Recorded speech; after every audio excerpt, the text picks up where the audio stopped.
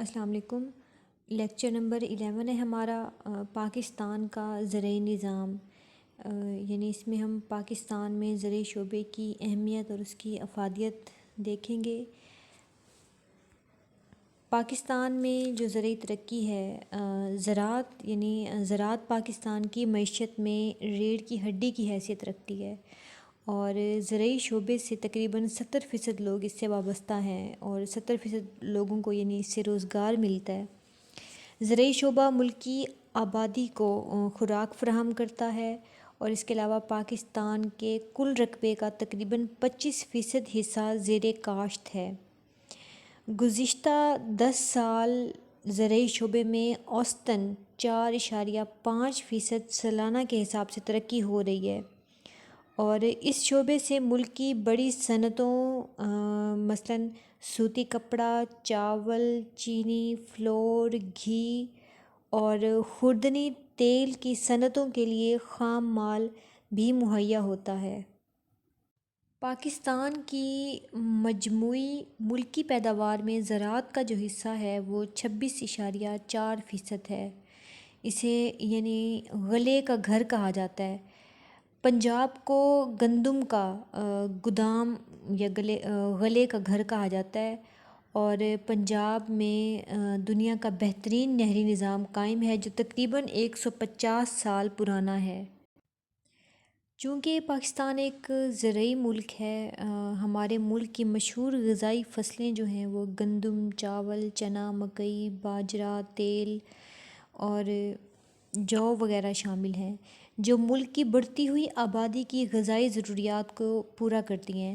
پاکستان زیادہ تر فصلوں کی پیداوار میں خود کفیل ہے اور نقد آور فصلوں میں کہ جن کو کیش کراپس کہا جاتا ہے، ان میں کپاس، گنا، تمباکو وغیرہ شامل ہیں اور ملکی زر مبادلہ کا نمایاں حصہ انہی کی بدولت حاصل ہوتا ہے، ان کے کیش کراپ سے حاصل کیا جاتا ہے۔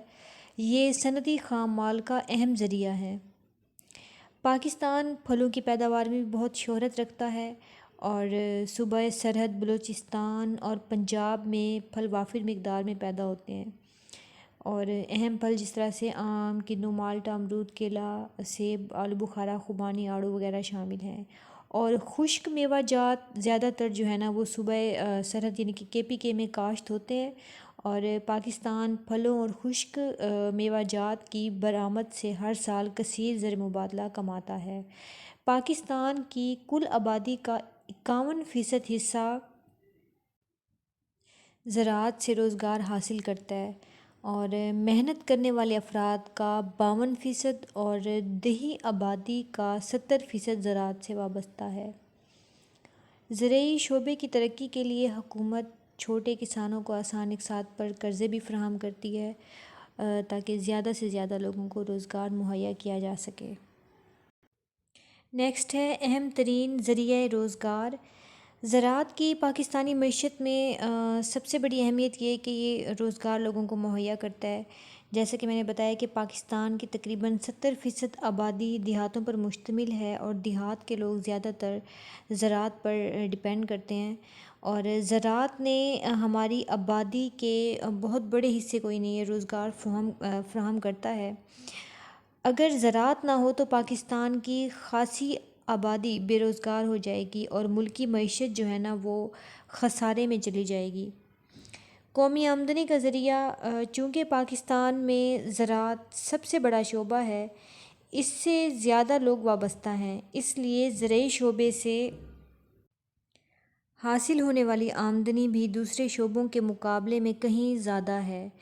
زرعی ترقی کی بدولت خام مال تیار ہوتا ہے، اس کو برآمد کر کے پاکستان خاصا کثیر سرمایہ کماتا ہے۔ اس طرح فی کس آمدنی اور قومی آمدنی میں بھی اضافہ ہوتا ہے۔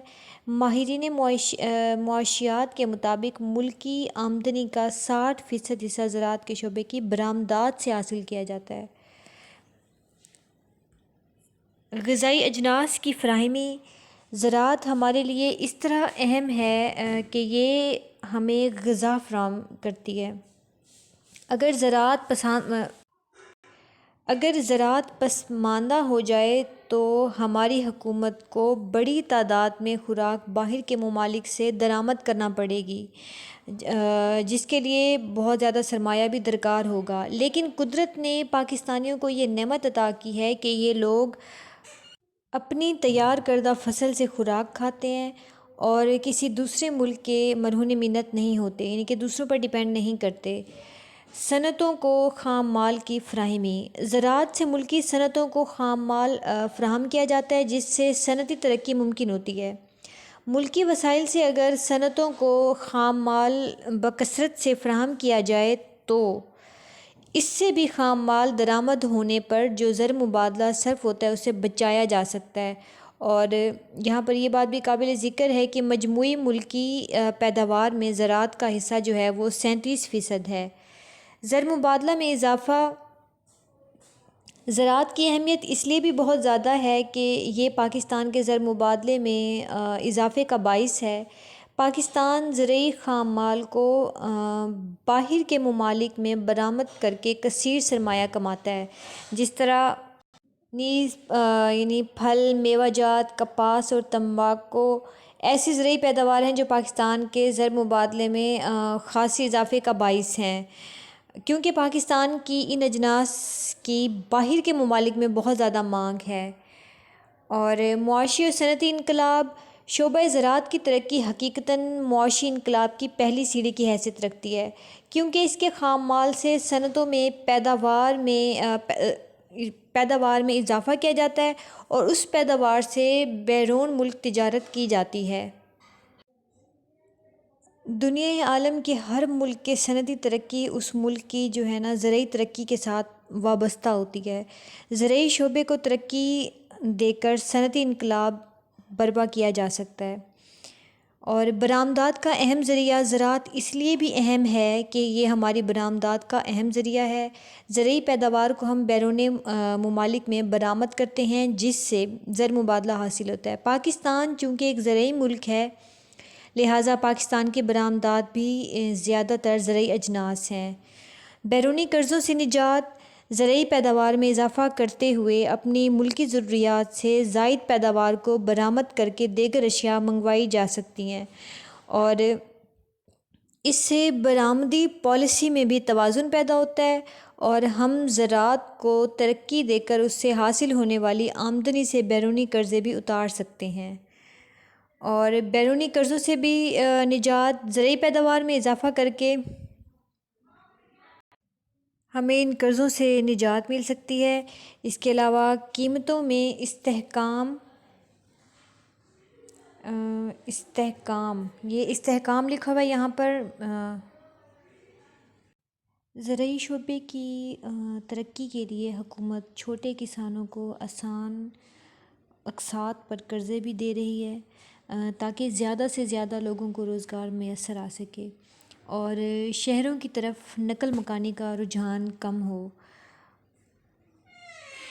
اشیاء کی طلب میں اضافے سے قیمتوں میں بھی اضافہ ہو جاتا ہے، جس سے مہنگائی کی شرح بھی بڑھ جاتی ہے۔ قیمتوں میں اضافے سے افراط زر کا ایک چکر شروع ہو جاتا ہے، لہٰذا